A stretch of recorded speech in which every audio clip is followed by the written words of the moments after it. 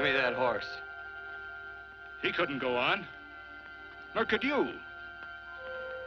You're injured, man. Let us take you in the house. I gotta go on. Gotta get the telegraph station.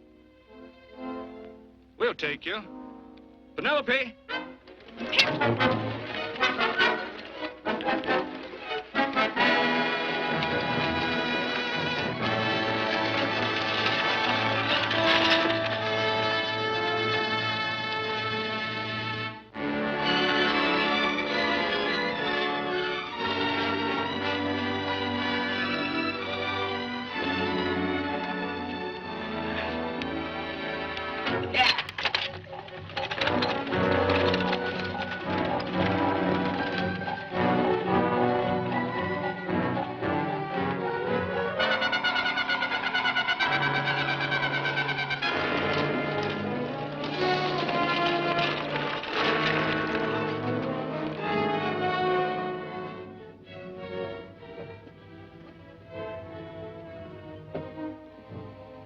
Sorry, closed down for the night. I know, but this is urgent. Won't you No, please? come out of there, you. Can't go against my schedule. Closed down. But can't you make this one exception? No. Get in here. What? Bring a light with you. You can't do this to me. I won't stand for it. The Union Pacific won't stand for it. Night prowling around here like this. You got your gall busting in my office. Who do you think you are, anyway? My key's closed down for the night. Well, you can write it, but I won't send it anyway. Here, let me. Territorial Recorder's Office. Fort Lansing.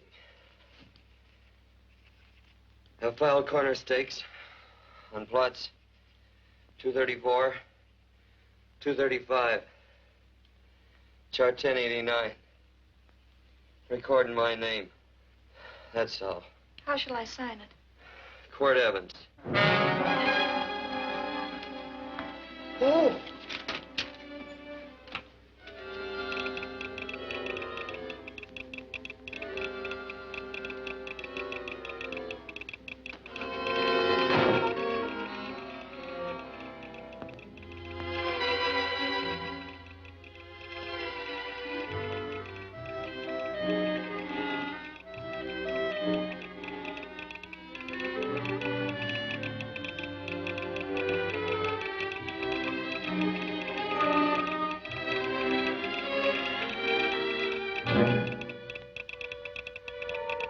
All set, Mr. Evans.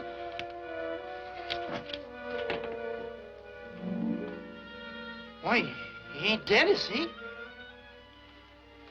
No, just knocked out. So that's Quirt Evans. Look at his gun. See how many notches he's got in his gun. Not any that I can see. I sure ain't gonna touch it and find out. He might wake up and take it the wrong way. Why, when he and Wyatt Earp were deputies over to Tombstone, the two of them shot it out of the whole Clanton bunch. So that's Quirt Evans. He's quite a man with the gals. You see, he's closed the eyes of many a man and opened the eyes of many a woman. Would you call my father, please? Yes, ma'am.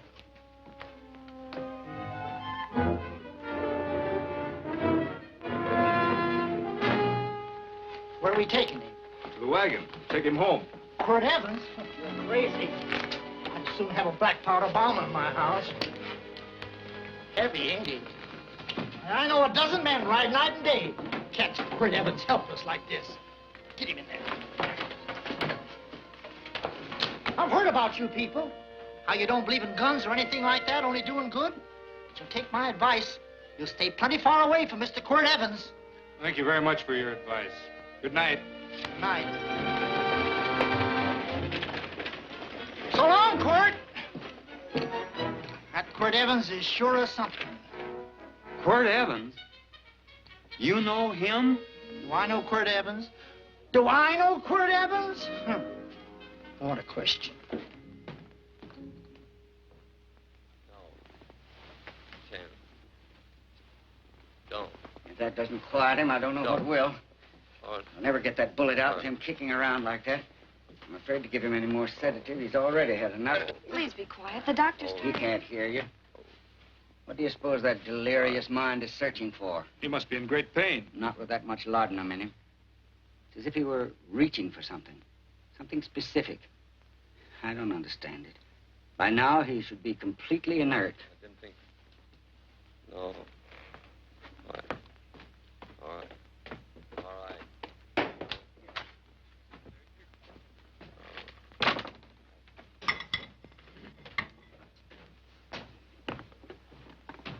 Oh, Thomas, how's the young man? Delirious.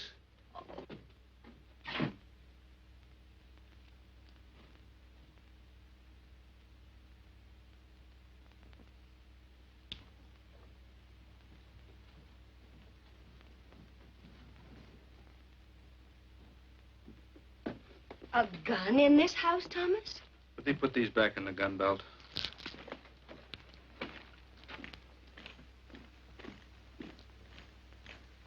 Maybe we'll have to get something and tie him down. Are you crazy? It's empty.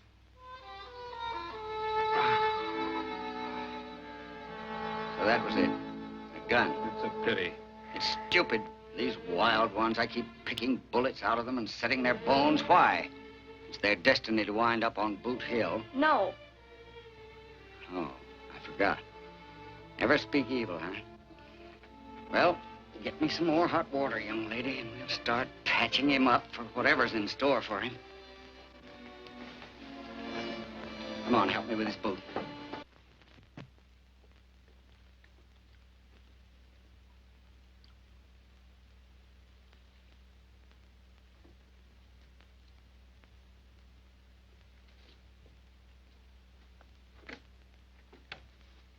Mother?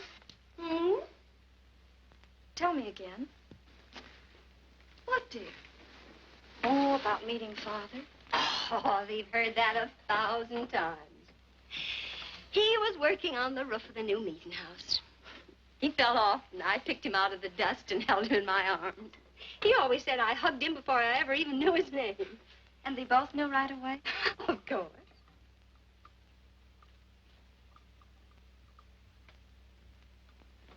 Of course, I knew he was a peaceful man, a member of the society.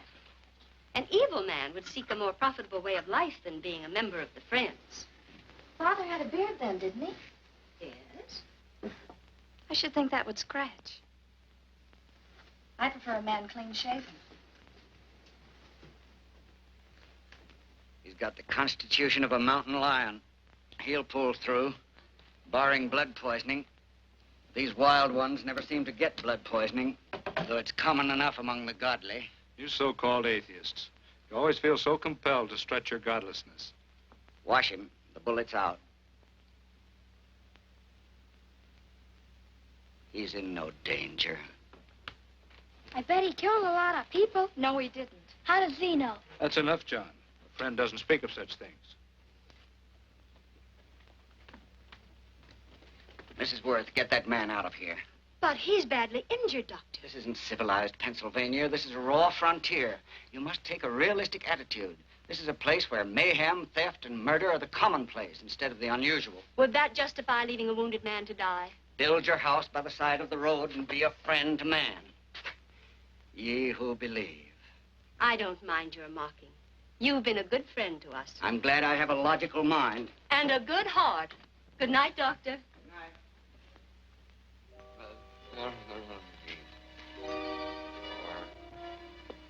Still having delirious spells. Keeps mumbling about his past. Get him. I'm afraid he's had a very violent life. Cards. Stand pat. Copper on my bet on the black ace. Now, you're a shapely hussy. You got real confirmation, Margaret. Huh? You fill out that dress just right. Red's your color. All right, Margaret. Chart 1089. 1089. Margaret, you're a nuisance. Let's call it off, Margaret. Yeah, I got places to go and country to put behind. Sure. All right.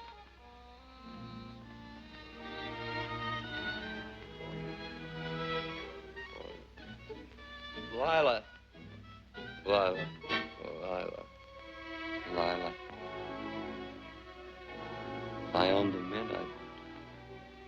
Put your head on every coin. I used to smoke corn silk when I was a kid. Your hair's just like that, Lila. Light brown, yellow all mixed up. Just like corn silk, Lila. All gold, tawny.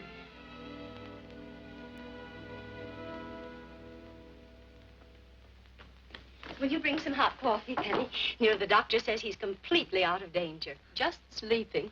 You know, Doctor, Penny considers him her own personal patient. Sit down. And will you bring some milk, dear? And when you finish, you can go up and watch him while you card your wool on the loom. He doesn't need watching.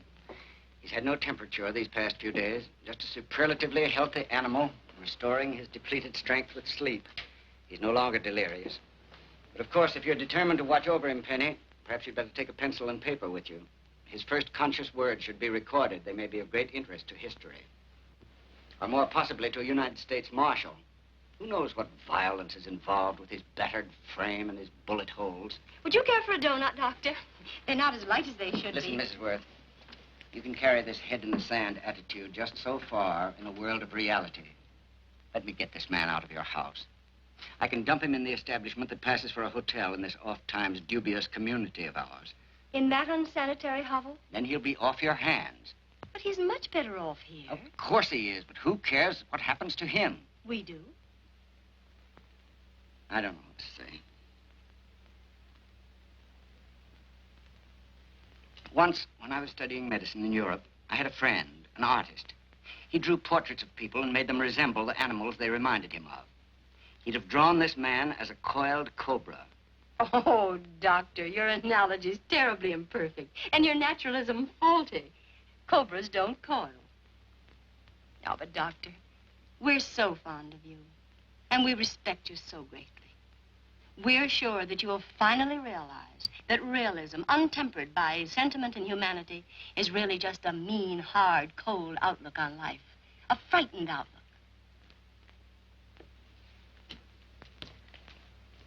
I stand defeated. And furthermore, there are times in this house when I feel as if I were living in a never-never land. But don't hesitate to call on me anytime you need help.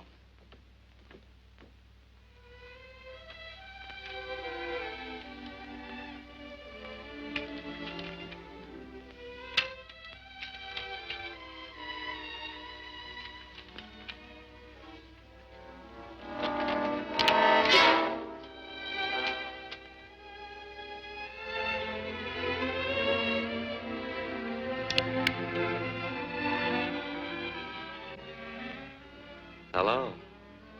You're awake. Sure. I'm awake. What is all this? What? Where am I? Oh, don't you remember? Father and I drove you into town.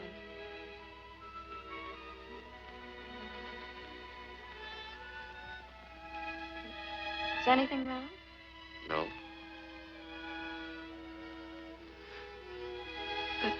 The doctor says you'll be all right in a week or two. You were delirious, you know. 2 days and 2 nights. Well, maybe that's why I'm so hungry. I could eat a yearling steer. If I could catch one. Oh, well, we'll get you something. Mother! You talked a lot in your delirium.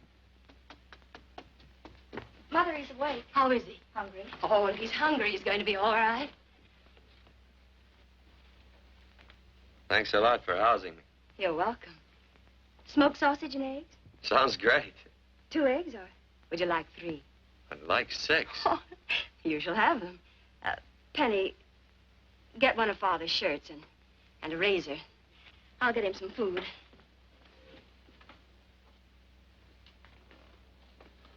So I talked a lot. Yes. I listened only because I thought you might say something that would aid us in helping you. As to notifying your wife, for instance. What did I say? If you had a wife. What did I talk about? Well, you talked of Margaret. She filled out a red dress. What else? Oh, you mentioned someone named, Lila?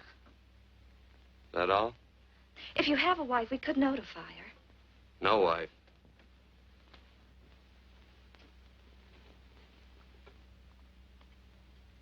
That's 12. I haven't been so flattered since my donuts won first prize at the fair back in Pennsylvania. You must be smart in Pennsylvania. Some of the members thought it an exhibition of pride to enter my donuts. But what harm can there be in a little donut? Unless one eats so many of them that they explode, which is likely to happen to you, young man. Well, there's worse ways of checking out. I'll help you with the dish. No. You stay and watch Quirt Evans. I'm curious to know the effect of 6 eggs, a pound of sausage, and 12 donuts. I'll call you in time for the milking. Do all you people from Pennsylvania talk like that? Like what? Thee? Oh, well, we're friends. Friends of who? Of all. The Society of Friends. Many people call us Quakers. Oh, it's a religion. It's a belief. That on the wall. Each human being has an integrity that can be hurt only by the act of that same human being, and not by the act of another human being. Is that Quaker stuff? Mm-hmm. You mean nobody can hurt you but yourself? That's a friend's belief. Well, supposing somebody whacks you over the head with a branding iron. Won't that hurt? Physically, of course. But in reality, it would injure only the person doing the act of force or violence. Only the doer can be hurt by a mean or evil act. Are there very many of you Quakers? Very few. I sort of figured that.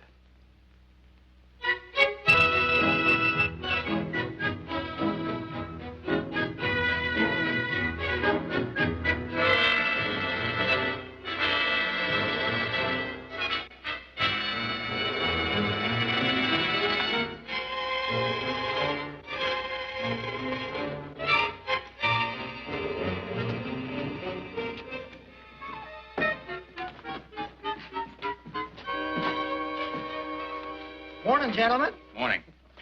Carrot from a garden. I found these out in the road. They belong to a fellow named Quirt Evans. I understand you're a friend of his. I thought maybe you'd see that he gets them back. Leave him here. I'll see that he gets them. That Quirt. He'd lose his shirt if it was buttoned on. Careless about everything. I keep telling him, sooner or later he... On second thought, you can just tell me where he is, and I'll take him on back to him myself. Where is Quirt Evans? You mean, where is he? You ever notice how a fellow keeps repeating the question when he's stalling about answering? Yeah. Maybe if I bend this gun over his head, he'll quit stalling. Well, gentlemen, I hardly know Quirt Evans. Uh-oh. He lies, too. You've been bragging all over town what good friends you two are. You know, this fella ain't got many good qualities, has he? Sit down, friend. Maybe that'll help your memory. I'm asking about Quirt Evans. Well, all I know is... Oh.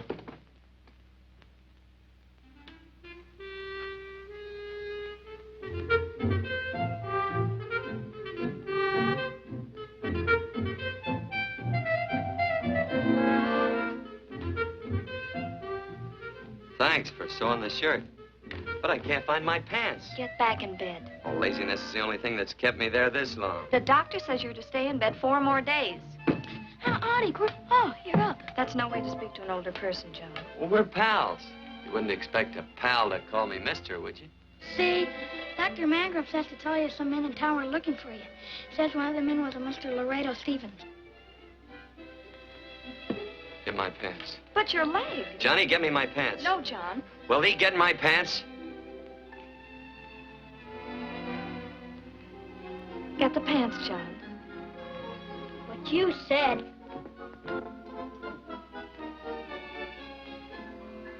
What are you looking at? V.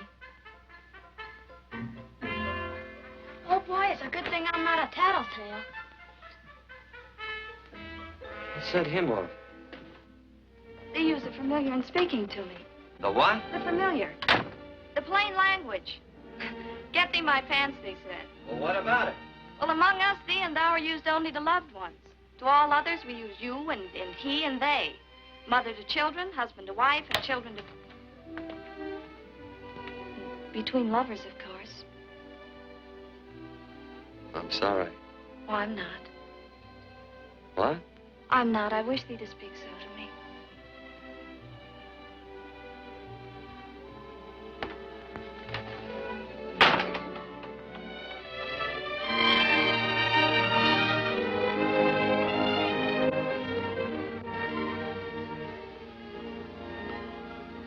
Well. I knew right away, that night. This must be a kind of a dull life. I could take you a lot of places. I'd go. What? I'd rather stay here with thee, but if you'd rather go someplace else, then I'll go someplace else.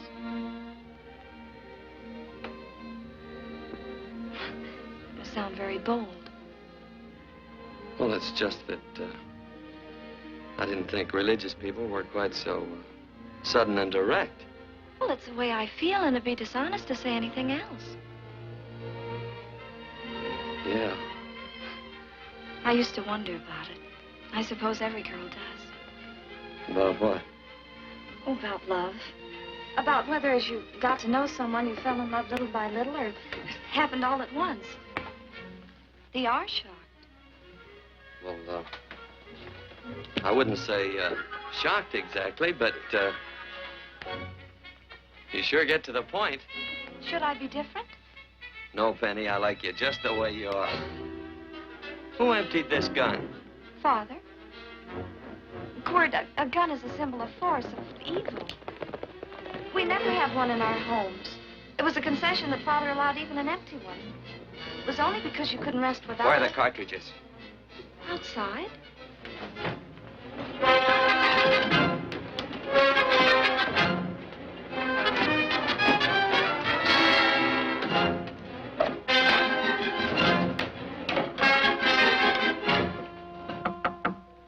Hey, why don't we just bust in? Because busting through doors with Quirt Evans on the other side ain't my idea of a healthy pastime. Tell him to come in.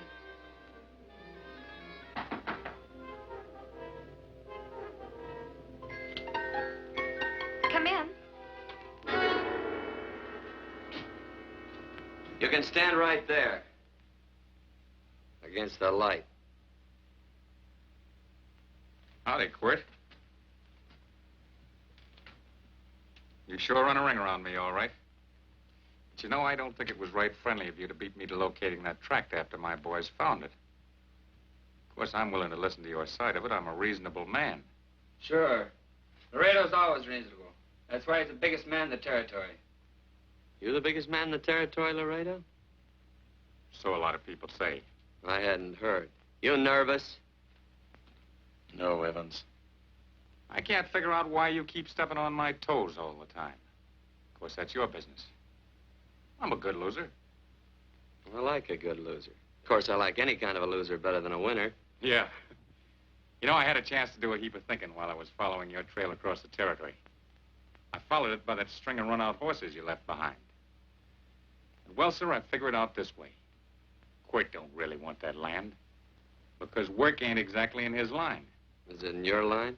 No, of course not. I was getting it for another fella. And, well, I figure maybe you'll sell. I don't hear anything jingle. Is it all right if I put my hand inside my shirt? Why not?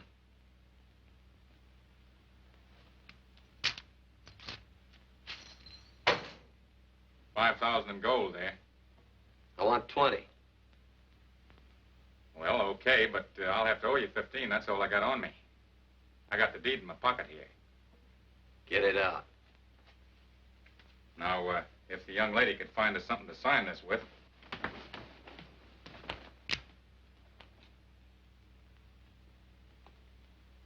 Still Laredo's hired boy, eh, Hondo? Picking up after him? Carrying matches for his cigars? You mind yourself. He'll mind himself. Won't you, Hondo? Miss, would you mind taking this over to Mr. Evans, please?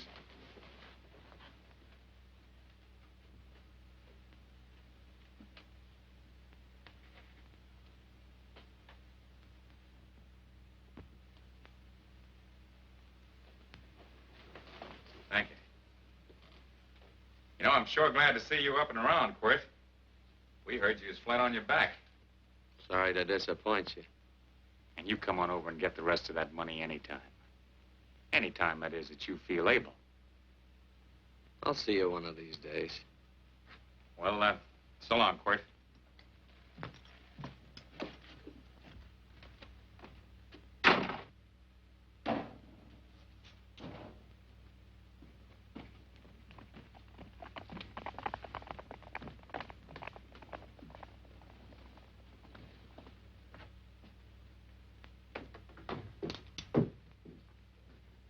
Saddle up my horse, will you, kid? And throw on my war bags. What would have happened if they knew the gun was empty? It'd have been Saturday night in Sioux City. Tie on my slicker, too.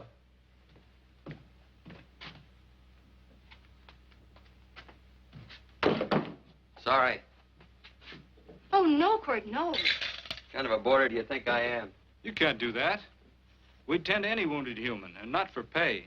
You don't believe in force, so you can't force me to take it back. I'm afraid you're outwitted, Thomas. How long have I been here? Almost 3 weeks. Kinda hate to get going. Oh, but you can't. Your leg, you're in no condition to travel. Don't worry, your cooking's got me grained up and ready for market. Adios, amigos.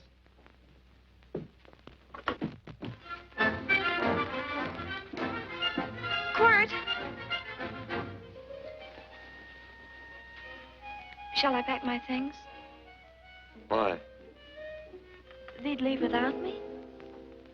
I got places to go. Quirt, I wouldn't care. It doesn't make any difference to me how far. Oh. I know so little. I didn't know it could happen to one and not the other. I thought it always happened to both.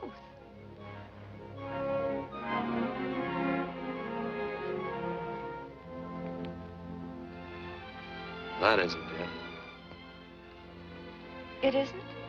Well, Then they do feel that... look, Penny, I'm not the kind of a guy that does things suddenly. I, gotta look before I leave. You can ask anybody, they'll tell you that Quirt Evans is a mighty cautious citizen. Oh, then it's just that they're not sure yet. Yeah. Sort of. Oh, please stay. He's all saddled, Quirt. Unsaddling. You gonna stay? A double eagle. Quint, there's something I'd rather have than this. A favor, a big favor. Well, you got them both. What is it? Would you ride past the schoolhouse with me? There's a lot of boys who don't believe I know Quirt Evans. Well, sure. Oh, golly, everybody says you're the fastest man in the territory. Well, there's those who'd say I'm pretty slow.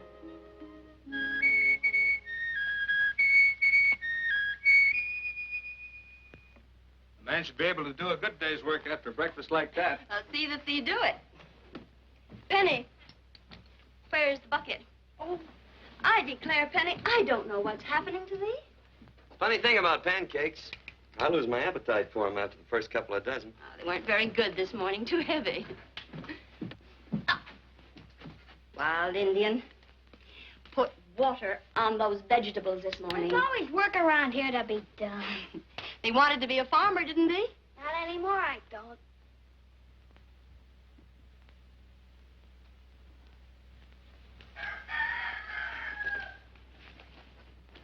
Surely you can walk to the barn without that. What?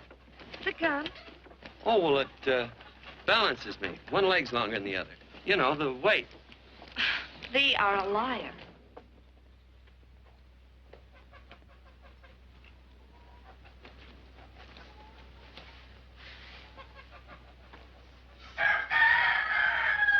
Throw the cow some hay. There's a pitchfork. Before I was 15, I learned to hate those things. I swore I'd leave plows and pitchforks to farmers. I'll do it. No, I'll do it. But it's an occasion. Thee. What? Nothing, just thee.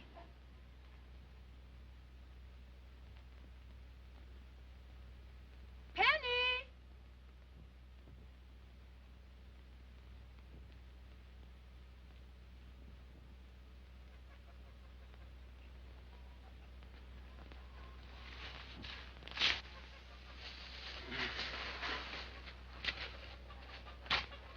Well, you wanted hay, didn't you? Didn't thee? 15. Better put this littlest one in a box. 16. Now get a bucket of water. Water. All I do is carry water. No force. Say, wasn't this place irrigated? I see all these flumes and ditches. Frederick Carson turned the water off. Frederick Carson. He's the man who bought the ranch up above from friends who couldn't make a go of it. We had built a community dam, but it was on his property. Well, what'd you do about it? Don't tell me. You prayed. Of course. Get you any water? Well, we didn't pray for water. We prayed for Frederick Carson. Carson turned off the water and you prayed for him? Of course. Can't you see? By committing an evil act, the poor man injured his soul. I'm glad there's a well. Because it'd sure get thirsty around here if we had to wait for Carson. Gonna walk his pony.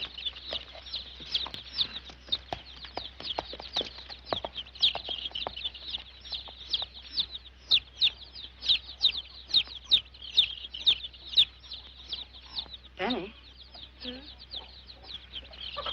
Nothing.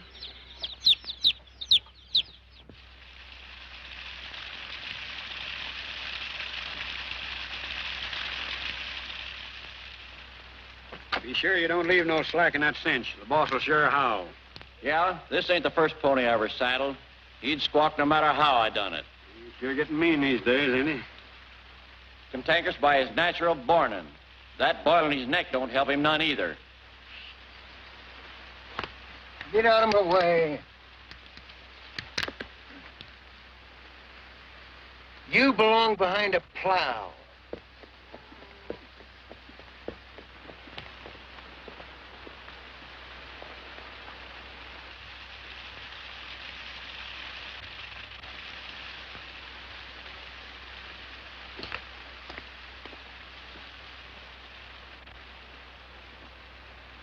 Who's Carson?